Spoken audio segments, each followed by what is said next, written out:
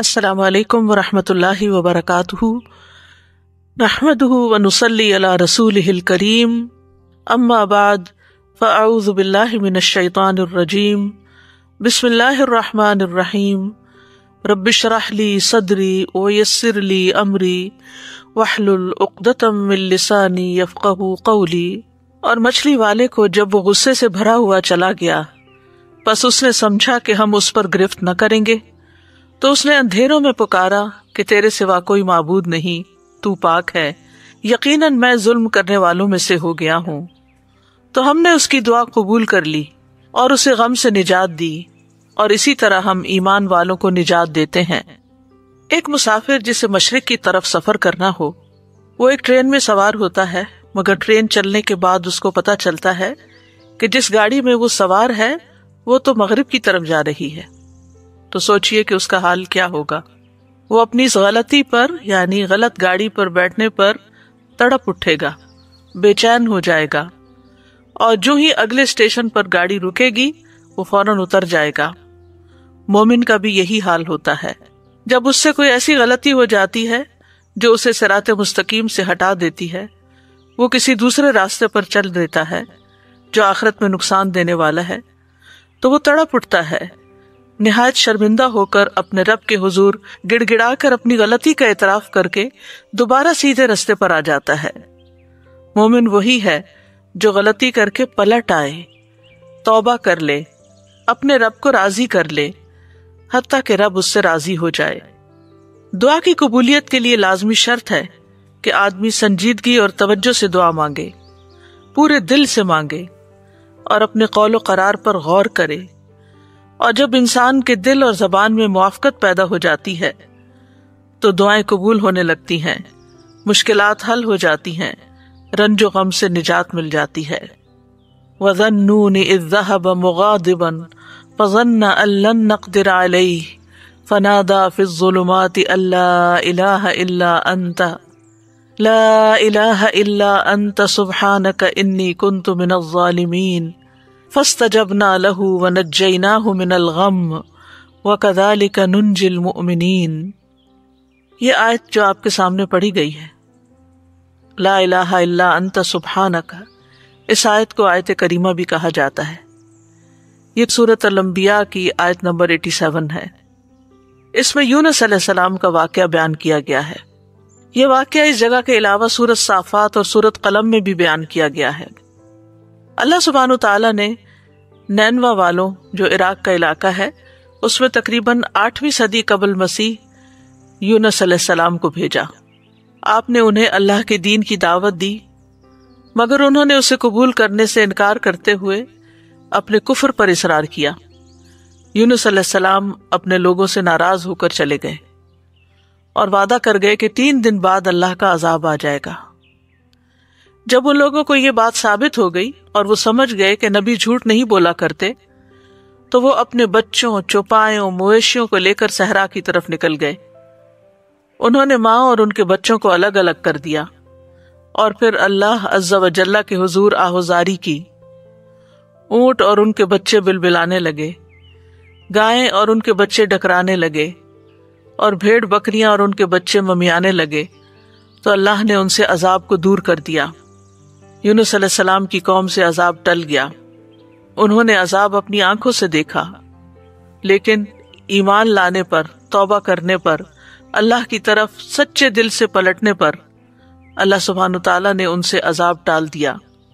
اللہ تعالیٰ کا فرمان ہے، فَلَوْلَا كَانَتْ قَرْيَةٌ آمَنَتْ فَنَفَعَهَا إِيمَانُهَا إِلَّا قَوْمَ يُونُسَ لَمَّا آمَنُوا كَشَفْنَا عَنْهُمْ عَذَابَ الْخِزْيِ فِي الْحَيَاةِ الدُّنْيَا وَمَتَّعْنَاهُمْ إِلَىٰ حِينٍ۔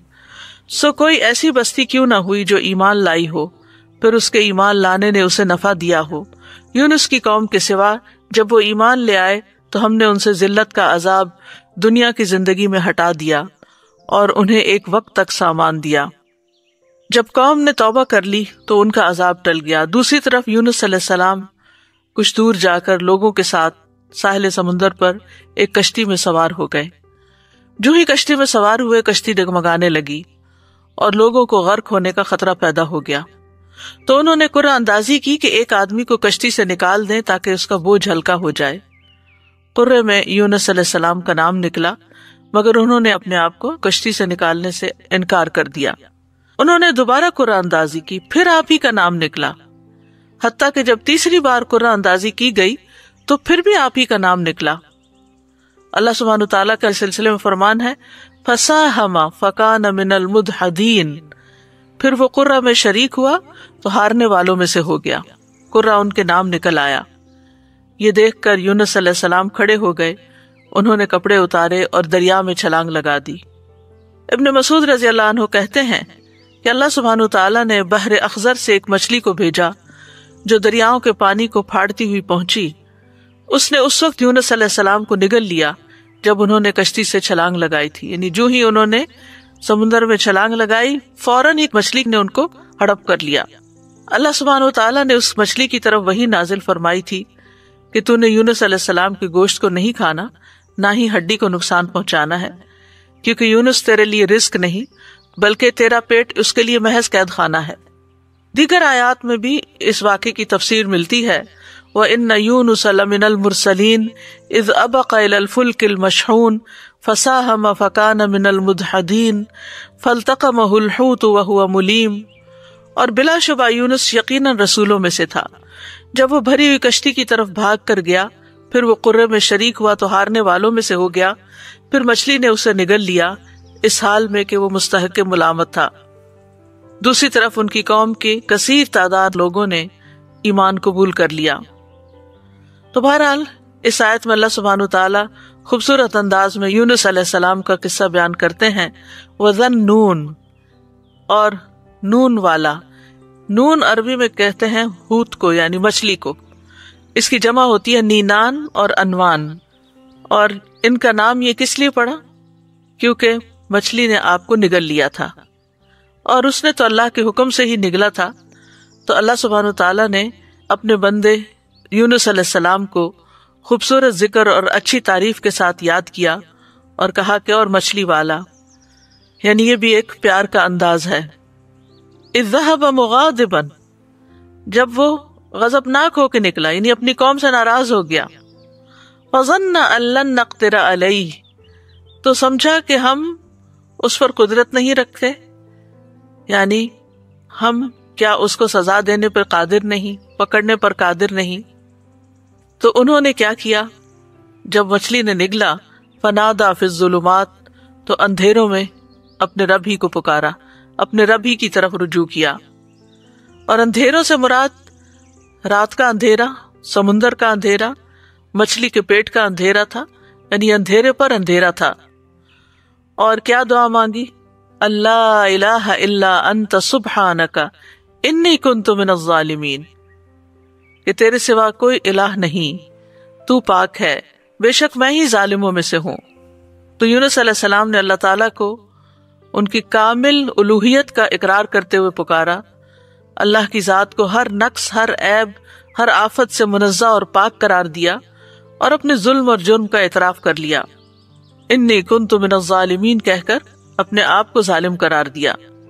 ظلم جو ہے ایک انسان اور اللہ تعالیٰ کے درمیان ہوتا ہے، دوسرا انسان کا اپنے اور لوگوں کے درمیان ہوتا ہے، تیسرا انسان کا اپنے اور اپنے نفس کے درمیان ظلم کرنا ہوتا ہے۔ تو بہرحال جب انہوں نے اپنی غلطی کا اعتراف کیا تو اللہ تعالیٰ فرماتے ہیں نیکسٹ آیت میں فَاسْتَجَبْنَا لَهُ، تو ہم نے اس کی دعا قبول کر لی۔ سبحان اللہ، یعنی انہوں نے جو ہی خطا کا اعتراف کیا اللہ سبحانہ تعالیٰ ان سے راضی ہو گئے۔ وَنَجَّيْنَاهُ مِنَ الْغَمِّ، اور ہم نے اس کو غم سے نجات دی۔ وَكَذَلِكَ نُنْجِي الْمُؤْمِنِينَ، اور ہم مومنوں کو اسی طرح نجات دیتے ہیں۔ تو یہاں دراصل مومنوں کو ایمان لانے، اس پر ثابت قدم رہنے اور اس دعا کو زیادہ سے زیادہ پڑھنے کی ترغیب دی جا رہی ہے، کیونکہ وہ جان چکے ہیں کہ یونس علیہ السلام کو اس کلمے کی وجہ سے نجات ملی تھی، اور یہ ہر اس مومن کے لیے خوشخبری ہے، وعدہ ہے جو کسی بھی تکلیف اور غم میں مبتلا ہو جائے تو وہ ان الفاظ کے ساتھ اپنے رب کو پکارے تو رب ضرور اس کو اس تکلیف سے نجات دے گا، کیونکہ یہ رب کا وعدہ ہے۔ کذالک ننجی المؤمنین، ہم اسی طرح بچائیں گے، نجات دیں گے مومنوں کو، یعنی جو بھی یہ طریقہ اختیار کرے گا اللہ تعالیٰ اس کی تکلیف کو دور کر دے گا، اس کی تکلیف کم کر دے گا، جیسا کہ اللہ تعالیٰ نے یونس علیہ السلام کے ساتھ کیا۔ تو اس آیت میں اس بات کی دلیل ہے کہ تحلیل یعنی لا الہ الا اللہ کا پڑھنا اور تسبیح سبحانہ کا پڑھنا ہر غم کو دور کر دیتے ہیں، تکلیفوں اور پریشانیوں سے نجات دیتے ہیں۔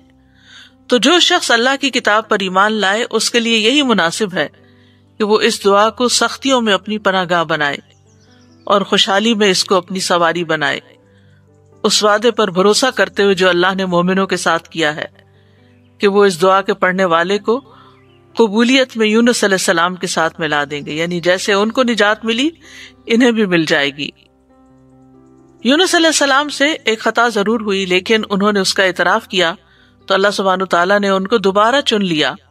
نبی صلی اللہ علیہ وسلم نے فرمایا کسی شخص کے لیے یہ کہنا جائز نہیں کہ میں یونس بن متی سے بہتر ہوں، کہ میں نے وہ غلطی نہیں کی جو ان سے ہو گئی تھی۔ تو یہ یونس علیہ السلام کی دعا ہے، لا الہ الا انت سبحانک انی کنت من الظالمین۔ نبی صلی اللہ علیہ وسلم نے فرمایا ذوالنون کی دعا جب وہ مچھلی کے پیٹ میں تھے، یعنی لا الہ الا انت سبحانک انی کنت من الظالمین، جب بھی کوئی مسلمان کسی معاملے میں ان الفاظ کے ساتھ اپنے رب سے دعا کرے وہ دعا اس کے لیے ضرور قبول ہوگی، یعنی یہ دعا کی قبولیت کا ذریعہ بھی ہے۔ یہ دکھ دور کرنے والے کلمات ہیں۔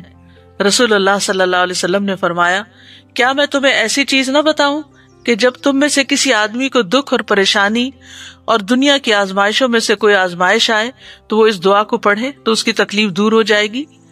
تو آپ سے کہا گیا کیوں نہیں؟ آپ نے فرمایا وہ مچھلی والے کی دعا ہے، لا الہ الا انت سبحانک انی کنت من الظالمین، تیرے سوا کوئی الہ نہیں، تو پاک ہے، بے شک میں ہی ظالموں میں سے ہوں۔ طبری کہتے ہیں کہ سلف صالحین ان الفاظ کے ساتھ دعا مانگتے تھے اور اس دعا کو دعائے کرب کہا کرتے تھے، یعنی تکلیف دور کرنے والی دعا کا نام دیتے۔ اور لا الہ الا اللہ جو ہے یہ افضل ترین ذکر ہے، اس کے ذریعے بھی بندے کو پریشانیوں اور غموں سے چھٹکارا ملتا ہے۔ یہاں پر ہم دیکھتے ہیں کہ یونس علیہ السلام کچھ مانگ نہیں رہے، صرف اللہ کی تعریف کر رہے ہیں اور اپنی خطا کا اعتراف کر رہے ہیں۔ تو یاد رکھیے اہل علم کہتے ہیں کہ دعا کی دو قسمیں ہوتی ہیں، ایک دعائے ثنا اور دوسری دعائے طلب۔ ایک ہے اللہ تعالیٰ کی تعریف پر مبنی دعا اور دوسری درخواست، یعنی کچھ مانگنا اللہ سبحانہ و تعالیٰ سے یا طلب کرنا۔ تو دعائے ثنا کیا ہوتی ہے؟ جیسے یہ ہے لا الہ الا انت سبحانک انی کنت من الظالمین، اور جیسے لا الہ الا اللہ وحدہ لا شریک لہ لہ الملک ولہ الحمد وہو علی کل شیء قدیر، یہ عرفہ کے دن کی دعا ہے۔ اسی طرح ایوب علیہ السلام نے جو دعا کی تھی انی مسنی الضر وانت ارحم الراحمین، یہ بھی اللہ تعالیٰ کی حمد و ثنا ہے۔ اور دعائے طلب کیا ہے؟ جس میں انسان اللہ کا ذکر اور تعریف کر کے اس سے کچھ مانگتا ہے، یعنی اسپیسیفک دعا کرتا ہے۔ تو اس دعا میں ایک طرف لا الہ الا انت سبحانک ہے اور دوسری طرف اپنی خطا کا ارتکاب ہے۔ یاد رکھیے کہ نبی صلی اللہ علیہ وسلم سے اس دعا کی کوئی محدود گنتی وارد نہیں ہوئی۔ یونس علیہ السلام کے بارے میں بھی نہیں پتہ چلتا کہ انہوں نے کتنی دفعہ اس کو پڑھا، لیکن انہوں نے ایک دفعہ بھی جب اس کو پڑھا ہوگا پوری تڑپ کے ساتھ، پوری شدت کے ساتھ، تو اللہ سبحانہ تعالیٰ نے ان کی دعا قبول کر لی۔ تو اس لیے لازم اپنے اوپر نہ کیجیے کہ 1.25 لاکھ دفعہ ہی ضرور اس کو پڑھنا ہے یا 100 دفعہ ہی ضرور پڑھنا ہے۔ جتنی دفعہ چاہیں آپ پڑھیں، چاہے 1,00,000 دفعہ پڑھیں، چاہے 100 دفعہ پڑھیں، لیکن پابندی اس کی ضروری نہیں کہ اتنا پڑھیں گے تو دعا قبول ہوگی۔ اصل چیز ہے وہ جذبہ، وہ اخلاص، وہ شوق، وہ تڑپ جس کے ساتھ انسان دعا مانگتا ہے۔ تو اس دعا کے اوپر آپ غور کریں تو اس میں سب سے پہلے لا الہ الا اللہ ہے جو کمال توحید کا بیان ہے، اور دوسرا پھر سبحانہ کا ہے جو کمال پاکیزگی کا اظہار ہے کہ اللہ تعالیٰ ہر عیب اور برائی سے پاک ہے، اور تیسرے اپنی غلطیوں کا اعتراف ہے۔ یعنی یہ 3 ایسی بہترین چیزیں اکٹھی ہو گئی ہیں کہ جس کی وجہ سے دعا قبول ہوتی ہے، اور پھر اس میں ان چیزوں کو دراصل وسیلہ بنایا گیا ہے۔ اللہ کی توحید کا اقرار کر کے اس کو لا الہ الا اللہ کو وسیلہ بنایا گیا، تسبیح پڑھ کر وسیلہ بنایا گیا، انی کنت من الظالمین اپنی عبودیت کا اقرار کیا گیا اور اپنی غلطی کا اعتراف کیا گیا۔ تو یہ سب دراصل دعا کی قبولیت کے لیے ایک وسیلہ بن گیا۔ ابن قیم کہتے ہیں جہاں تک مچھلی والے کی دعا کا تعلق ہے تو اس میں رب عز و جل کی کمال توحید، اس کی کمال پاکیزگی پائی جاتی ہے، اور اس میں بندے کا اپنے ظلم اور گناہ کا اقرار بھی ہے، اور یہ مصیبت، پریشانی اور غم کے علاجوں میں سب سے مؤثر علاج ہے، اور حاجتوں کو پورا کرنے کے لیے اللہ سبحانہ تعالیٰ تک پہنچنے کا سب سے مؤثر وسیلہ ہے۔ اور یہاں پر توحید کی اقسام کا بھی ایک طرح سے ذکر ہے اور اقرار بھی ہے۔ توحید کا اقرار جو ہے یہ دراصل انسان کو رب کے آگے جھکا دیتا ہے، اس سے اللہ تعالیٰ کی عظمت کا احساس انسان کے دل میں آتا ہے، اور پھر تسبیح پڑھ کر انسان اللہ سبحانہ تعالیٰ کو انتہائی پاکیزہ قرار دیتا ہے جو کہ اس کے شایان شان ہے، اور اپنے اوپر غلطی کو لیتا ہے اور خود اپنے رب کی طرف رجوع کرتا ہے۔ اور اس میں ہم دیکھتے ہیں کہ بہت لطیف طریقے سے ظلم پر معافی کی درخواست ہے۔ انہوں نے اپنی ذات پر اپنے ظلم کا ذکر کیا، جو ظلم کی تیسری قسم ہے نا، یعنی ظلم اور انسان کا اپنا نفس۔ تو یاد رکھیے، اپنے گناہوں کا اعتراف کرنا حاجات پوری کرنے کا سب سے افضل دروازہ ہے۔ اللہ عظیم ہے، کریم ہے، اس کے آگے مسکین بن جائیں، اس کے آگے فقیر بن جائیں، اور ساری قوتوں کا مالک، قدرت کا مالک اسی کو سمجھیں، اور پھر اپنے رب کو تڑپ کر پکاریں، تو انشاءاللہ دعا قبول ہوگی، غم دور ہو جائیں گے، حاجات پوری ہو جائیں گی انشاءاللہ۔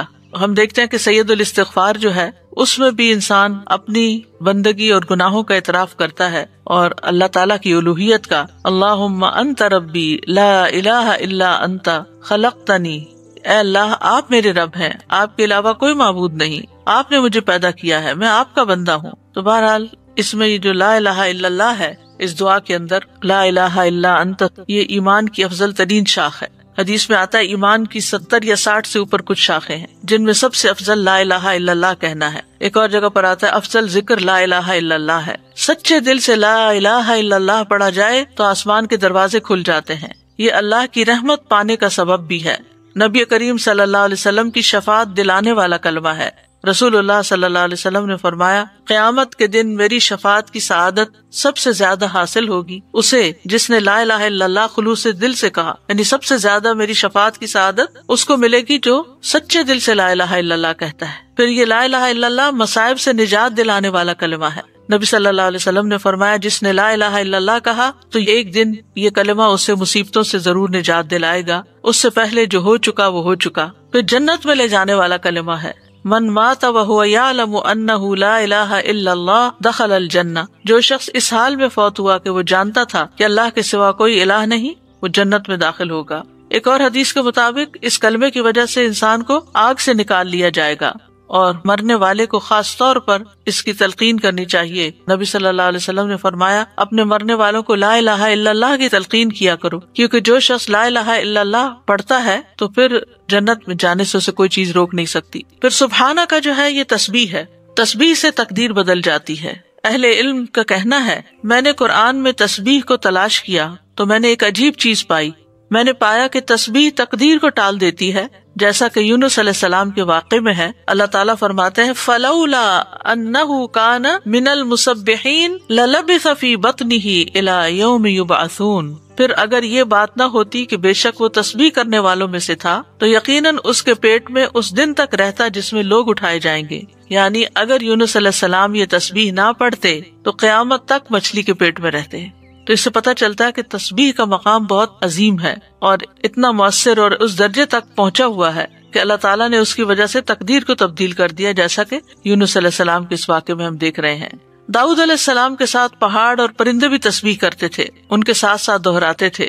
سورۃ الانبیاء میں آتا ہے، وَسَخَّرْنَا مَعَ دَاوُودَ الْجِبَالَ يُسَبِّحْنَ وَالطَّيْرَ، ہم نے داؤد کے ساتھ پہاڑوں کو مسخر کر دیا جو تسبیح کرتے تھے۔ زمین آسمان کی تمام مخلوقات تسبیحات کرتی ہیں۔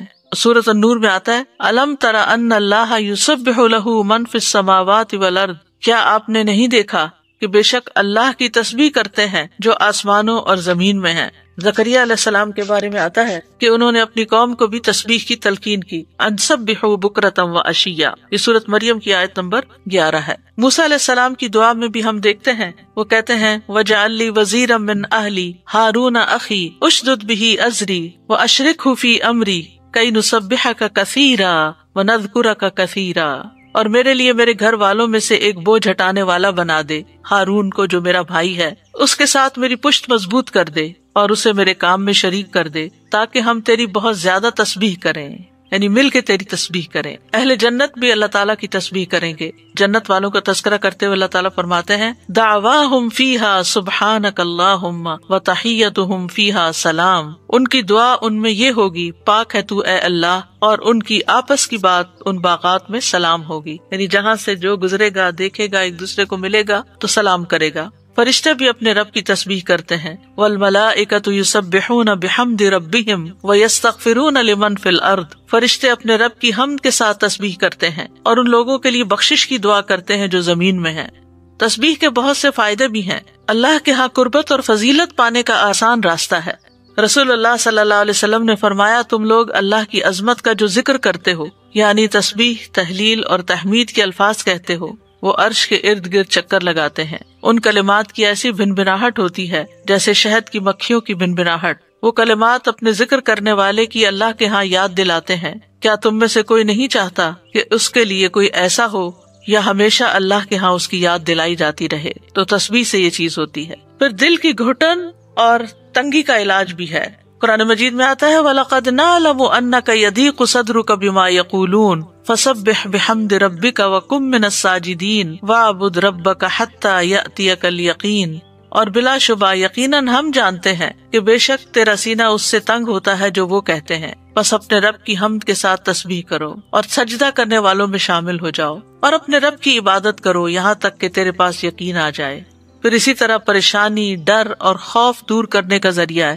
رسول اللہ صلی اللہ علیہ وسلم نے فرمایا جو رات سے خوف کھائے کہ وہ اسے پریشان کرے گی، یا مال خرچ کرنے سے بخل کرے، یا دشمن سے مقابلہ کرنے سے ڈرے، تو اسے چاہیے کہ وہ اس قول کی کثرت کر دے سبحان اللہ و بحمدہ، کیونکہ یہ اللہ کے نزدیک سونے کا پہاڑ اللہ عز و جل کے راستے میں خرچ کرنے سے زیادہ محبوب ہے. اور کس کے پاس سونے کا پہاڑ ہے ہمارے ہاں؟ لیکن اگر ہم یہ تسبیح پڑھتے ہیں تو انشاءاللہ اتنا بڑا اجر و ثواب ملے گا. پھر اسی طرح تسبیح کو صدقہ بھی کہا گیا. نبی صلی اللہ علیہ وسلم نے فرمایا تم میں جو آدمی صبح کرتا ہے تو اس کے ہر جوڑ پر صدقہ لازم ہے. تو ہر مرتبہ سبحان اللہ کہنا صدقہ ہے، ہر مرتبہ الحمدللہ کہنا صدقہ ہے، اور ہر مرتبہ لا الہ الا اللہ کہنا صدقہ ہے، ہر مرتبہ اللہ اکبر کہنا صدقہ ہے. نیکی کا حکم دینا صدقہ ہے اور برائی سے روکنا بھی صدقہ ہے. تو اس طرح انسان کے 360 جوڑوں کے صدقات ان تسبیحات سے بھی ادا ہو جاتے ہیں. پھر اسی طرح سبحان اللہ کے ذریعے نیکیاں ملتی ہیں، گناہ مٹ جاتے ہیں. سعد رضی اللہ عنہ کہتے ہیں ہم رسول اللہ صلی اللہ علیہ وسلم کے پاس تھے تو آپ نے فرمایا کیا تم میں سے کوئی ہر دن 1000 نیکیاں کمانے سے عاجز ہے؟ آپ کے پاس بیٹھے لوگوں میں سے کسی نے پوچھا ہم میں کوئی آدمی 1000 نیکیاں کیسے کما سکتا ہے؟ آپ نے فرمایا جو آدمی 100 مرتبہ سبحان اللہ پڑھتا ہے اس کے لیے 1000 نیکیاں لکھی جاتی ہیں یا اس کی 1000 خطائیں مٹا دی جاتی ہیں. پھر اسی طرح رسول اللہ صلی اللہ علیہ وسلم نے فرمایا جو شخص سبحان اللہ و بحمدہ ایک دن میں 100 بار کہے تو اس کے گناہ معاف کر دیے جاتے ہیں، اگرچہ وہ سمندر کی جھاگ کے برابر ہی کیوں نہ ہو. یہ صحیح مسلم کی روایت ہے. ایک بار تسبیح پڑھنے سے زمین و آسمان بھر جاتے ہیں. آپ صلی اللہ علیہ وسلم نے بھی فرمایا کہ جس نے سورج طلوع ہونے اور اس کے غروب ہونے سے قبل 100 بار سبحان اللہ کہا تو یہ 100 اونٹوں سے بہتر ہے. سورج طلوع ہونے اور اس کے غروب ہونے سے قبل 100 بار سبحان اللہ پڑھنا. پھر بات ہوتی ہے انی کنت من الظالمین پر، کہ بے شک میں ظالموں میں سے ہوں، یعنی اپنے گناہوں کا اعتراف. تو یاد رکھیے جو شخص توبہ کرتا ہے اللہ تعالیٰ اس سے محبت کرتا ہے، جو اپنے گناہوں کا اعتراف کرتا ہے اللہ تعالیٰ اس سے خوش ہوتا ہے. قرآن مجید میں آتا ہے ان اللہ یحب التوابین ویحب المتطہرین، بے شک اللہ توبہ کرنے والوں اور پاک رہنے والوں سے محبت کرتا ہے. ایک اور جگہ پر آتا ہے رسول اللہ صلی اللہ علیہ وسلم نے فرمایا اللہ تم میں سے کسی کی توبہ پر اس سے زیادہ خوش نہیں ہوتا جتنا تم میں سے کوئی اپنی گمشدہ سواری کو پا لینے کے وقت خوش ہوتا ہے. یعنی جس طرح تمہیں کھوئی ہوئی سواری اپنی مل جائے جنگل صحرا میں تو تم خوش ہو جاؤ گے کہ اب تمہاری زندگی کے بچنے کا سامان مل گیا، تو اسی طرح اللہ تعالیٰ اس سے بھی زیادہ خوش ہوتے ہیں جب کوئی شخص توبہ کرتا ہے. پھر توبہ کرنے سے انسان کے گناہ معاف ہو جاتے ہیں. نبی صلی اللہ علیہ وسلم نے فرمایا اگر تم اتنے گناہ کرو کہ تمہارے گناہ آسمان تک پہنچ جائیں پھر تم توبہ کرو تو اللہ تعالیٰ تمہیں معاف کر دے گا.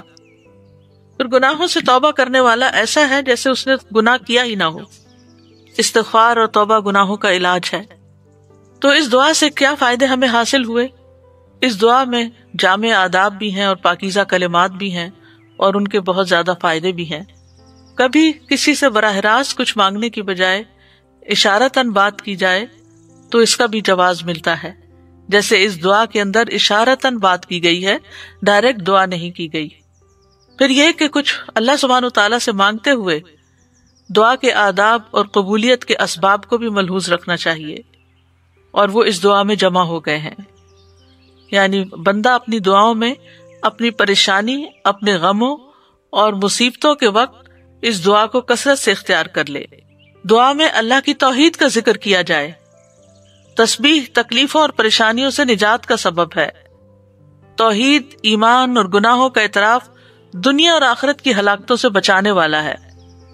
گناہ نعمتوں کے زوال اور عذاب کے حصول کا سبب ہے، یعنی نعمتوں کے زائل ہونے اور عذابوں کے حاصل ہونے کا، مصیبتوں کے آنے کا سب سے بڑا جو سبب ہے وہ انسان کے اپنے ہی گناہ ہیں۔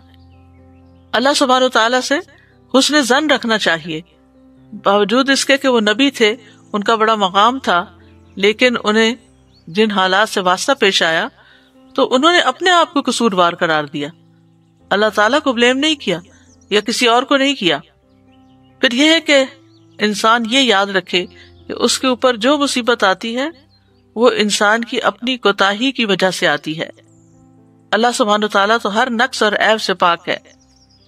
پھر اسی طرح اس دعا سے یہ بھی پتہ چلتا ہے کہ مخلوقات خواہ کوئی بھی مقام اور مرتبہ حاصل کر لیں، وہ اللہ ہی کی محتاج ہیں۔ مخلوقات میں سب سے زیادہ بڑے درجے اور رتبے والے انبیاء ہوتے ہیں، لیکن وہ بھی اللہ کے بندے ہوتے ہیں۔ تو اس لیے کسی بھی مشکل پریشانی کے وقت انسانوں کی طرف نہیں بھاگیں بلکہ اللہ کی طرف دوڑیں۔ یہ دعا جو ہے وہ خاص طور پر رنج و غم دور کرنے کی دعا ہے۔ پہلی بات تو یہ یاد رکھنی چاہیے کہ انسان کمزور پیدا کیا گیا، وَخُلِقَ الْإِنسَانُ ضَعِيفًا، اس کو تکبر زیب ہی نہیں دیتا کہ وہ جھوٹ موٹ بڑا بن کے رہے۔ انسان اللہ کا محتاج ہے۔ یا ایھا الناس انتم الفقراء الی اللہ واللہ هو الغنی الحمید۔ انسان کا اللہ کے سوا کوئی مددگار نہیں۔ وما لکم من دون اللہ من ولی ولا نصیر، تمہارے لیے اللہ کے سوا نہ کوئی دوست ہے نہ کوئی مددگار۔ پھر یہ کہ وَلِلَّهِ مُلْكُ السَّمَاوَاتِ وَالْأَرْضِ وَاللَّهُ عَلَى كُلِّ شَيْءٍ قَدِيرٌ۔ سورۃ آل عمران میں اللہ تعالیٰ فرماتے ہیں کہ اللہ آسمان و زمین کا مالک ہے، یعنی آسمان اور زمین یہ اللہ ہی کی ملکیت ہے، اور اللہ ہر چیز پر پوری قدرت رکھتا ہے۔ پھر اسی طرح بھلائی پہنچانے اور تکلیف ہٹانے پر اللہ قادر ہے، یہ بھی ہمارا یقین ہونا چاہیے۔ وَإِن يَمْسَسْكَ اللَّهُ بِضُرٍّ فَلَا كَاشِفَ لَهُ إِلَّا هُوَ وَإِن يَمْسَسْكَ بِخَيْرٍ فَهُوَ عَلَى كُلِّ شَيْءٍ قَدِيرٌ۔ اگر اللہ تجھے کوئی تکلیف پہنچائے تو اس کے سوا کوئی اسے دور کرنے والا نہیں، اور اگر وہ تجھے کوئی بھلائی پہنچائے تو وہ ہر چیز پر پوری طرح قادر ہے۔ پھر یہ کہ شفا اللہ ہی دیتا ہے۔ وَإِذَا مَرِضْتُ فَهُوَ يَشْفِينِ، اللہ ہی کو پکارنا برحق ہے۔ اللہ سے ہمیں اپنے غم اور دکھ کا اظہار کرنا چاہیے، جیسے یوسف علیہ السلام کے والد یعقوب علیہ السلام نے کہا انما اشکو بثی وحزنی الی اللہ، اپنے شکوے صرف اللہ ہی سے کرنے چاہیے اور ہر معاملے میں اللہ کی طرف بڑھنا چاہیے۔ نبی صلی اللہ علیہ وسلم نے فرمایا بے شک اللہ تعالیٰ فرماتا ہے میں اپنے بندے کے گمان کے ساتھ ہوتا ہوں جو وہ میرے ساتھ گمان رکھتا ہے۔ جب وہ مجھے یاد کرتا ہے میں اس کے ساتھ ہوتا ہوں، اور اگر وہ مجھے اپنے دل میں یاد کرے تو میں بھی اسے اپنے دل میں یاد کرتا ہوں۔ اگر وہ مجھے بھری محفل میں یاد کرے تو میں اسے اس سے بہتر محفل میں یاد کرتا ہوں۔ اگر وہ میری طرف ایک بالشت آئے تو میں اس کی جانب ایک گز نزدیک ہوتا ہوں۔ اگر وہ مجھ سے ایک گز قریب ہو تو میں اس سے 2 گز قریب ہوتا ہوں۔ اگر وہ میری طرف چلتا ہوا آئے تو میں دوڑتا ہوا اس کے پاس جاتا ہوں۔ یعنی اس کا مطلب کیا ہے؟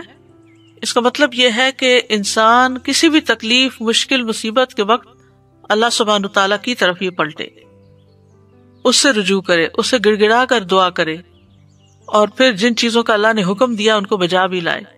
ہمیشہ اللہ سے اچھا گمان رکھنا چاہیے، ہر حال میں اللہ سے راضی رہنا چاہیے، اللہ ہی پر بھروسہ رکھنا چاہیے۔ دوسرا یہ کہ دنیا کی فکر چھوڑ کر آخرت کی فکر کرنی چاہیے۔ نبی صلی اللہ علیہ وسلم نے فرمایا جو اپنے غموں کو ایک ہی غم بنا لے یعنی آخرت کا غم تو اللہ دنیا کے غموں سے اسے کفایت کرے گا۔ حدیث میں یہ آتا ہے جس شخص کا مقصد اور اس کی حرص دنیا ہو وہی اس کا ہدف بن جائے اور اسی کی نیت وہ کرتا ہو تو اللہ تعالیٰ اس کی آنکھوں کے سامنے اس کا فقر و فاقہ کر دیتے ہیں، اس پر اس کے معاملات بکھیر دیتے ہیں اور اس کو اس سے اتنا ہی ملتا ہے جو اس کے لیے لکھ دیا گیا ہو۔ اور جس شخص کا مقصد اور اس کی حرص آخرت ہو اور وہی اس کا ہدف بن جائے اور اسی کی نیت کرتا ہو تو اللہ تعالیٰ اس کے دل میں غنا ڈال دیتے ہیں اور اس کے معاملات کو یکجا کر دیتے ہیں اور دنیا اس کے پاس ذلیل ہو کر آتی ہے۔ تیسری یہ کہ اجر پر نظر رکھنی چاہیے۔ نبی صلی اللہ علیہ وسلم نے فرمایا مومن مرد اور عورت پر جسمانی یا مالی یا اولاد کی طرف سے مستقل پریشانیاں آتی رہتی ہیں، یہاں تک کہ جب وہ اللہ سے ملتا ہے تو اس کا ایک گناہ بھی باقی نہیں رہتا۔ ایک اور حدیث میں آتا ہے کہ جتنی بڑی مصیبت ہوگی اتنا ہی بڑا اجر ہوگا، اور جب اللہ کسی قوم سے محبت کرتا ہے تو اس کو آزمائش میں مبتلا کر دیتا ہے۔ پھر یہ کہ مومن کے لیے ہر غم، تکلیف اور ڈپریشن بھی باعث اجر ہوتا ہے۔ نبی صلی اللہ علیہ وسلم نے فرمایا کسی مومن آدمی کے پاس جب کوئی تکلیف یا ایذا، بیماری یا رنج، یہاں تک کہ اگر اسے کوئی فکر ہی ہو تو اس سے اس کے گناہوں کا کفارہ کر دیا جاتا ہے۔ پھر اسی طرح آپ نے فرمایا کہ مسلمان کو جو بھی تکلیف پہنچتی ہے تو وہ اس کے گناہوں کا کفارہ ہو جاتی ہے، یہاں تک کہ چوٹ بھی اسے لگتی ہے یا اسے کوئی کانٹا بھی چبھتا ہے تو وہ بھی اس کے گناہوں کا کفارہ ہو جاتا ہے۔ چوتھی بات ہے مثبت مشغولیت اپنائی جائے، اچھے کام میں مصروف ہوں۔ رسول اللہ صلی اللہ علیہ وسلم نے فرمایا وہ لوگ اللہ کو زیادہ محبوب ہیں جو دوسرے لوگوں کے لیے زیادہ فائدہ مند ہوں، اور اللہ عز و جل کے ہاں سب سے زیادہ پسندیدہ اعمال یہ ہیں: نمبر 1 کسی مسلمان کو خوش کرنا، نمبر 2 اس سے کوئی تکلیف دور کرنا، نمبر 3 اس کا قرضہ چکانا، نمبر 4 اسے کھانا کھلانا، نمبر 5 اور مجھے کسی بھائی کی ضرورت پوری کرنے کے لیے اس کے ساتھ چلنا اس مسجد میں 1 مہینہ اعتکاف کرنے سے زیادہ محبوب ہے۔ اور جس نے اپنے غصے کو روک لیا اللہ اس کی خامیوں پر پردہ ڈال دے گا۔ پھر دوسروں کی پریشانیاں حل کرنے سے انسان کی اپنی پریشانیاں دور ہوتی ہیں۔ حدیث میں آتا ہے جو اپنے بھائی کی مدد میں لگا رہتا ہے اللہ اس کی مدد میں لگ جاتا ہے۔ 5ویں چیز ہے کثرت سے اللہ کا ذکر کرنا، کیونکہ اللہ کے ذکر سے دلوں کو اطمینان ملتا ہے، غم، دکھ، پریشانیاں دور ہوتی ہیں۔ اللہ کا ذکر زندگی دیتا ہے، ذکر سے قوت ملتی ہے۔ اللہ کا ذکر پریشانی سے نجات کا باعث بنتا ہے، شیطانی حملوں سے بچاؤ کا مضبوط قلعہ ہے۔ ذکر کے کچھ فائدے امام ابن قیم نے اپنی کتاب الوابل الصیب میں کیے ہیں۔ نمبر 1 یہ شیطان کو بھگا دیتا ہے، اس کا قلع کما کرتا ہے، اس کی قوت کو توڑ دیتا ہے۔ نمبر 2 یہ رحمان عز و جل کو راضی کرتا ہے۔ نمبر 3 یہ دل سے غم اور پریشانی کو دور کرتا ہے۔ نمبر 4 یہ دل کے لیے فرحت، مسرت اور خوشی کھینچ لاتا ہے۔ نمبر 5 یہ دل اور جسم کو طاقت بخشتا ہے۔ نمبر 6 یہ دل اور چہرے کو منور کرتا ہے۔ نمبر 7 یہ رزق کو کھینچ لاتا ہے۔ نمبر 8 یہ ذکر کرنے والے کو روب، حلاوت اور تازگی کا لباس پہناتا ہے۔ تو یہ ہے کچھ فائدے جو انہوں نے مشاہدات سے اخذ کیے ہیں۔ اس سے یہ پتہ چلتا ہے کہ پریشانیوں میں انسان کو اللہ ہی کی طرف رجوع کر کے اللہ ہی کے ذکر کی کثرت کرنی چاہیے، اور پھر نماز سے بھی مدد حاصل کی جائے، کیونکہ نماز سے مدد لینے سے خوف اور غم دور ہو جاتے ہیں،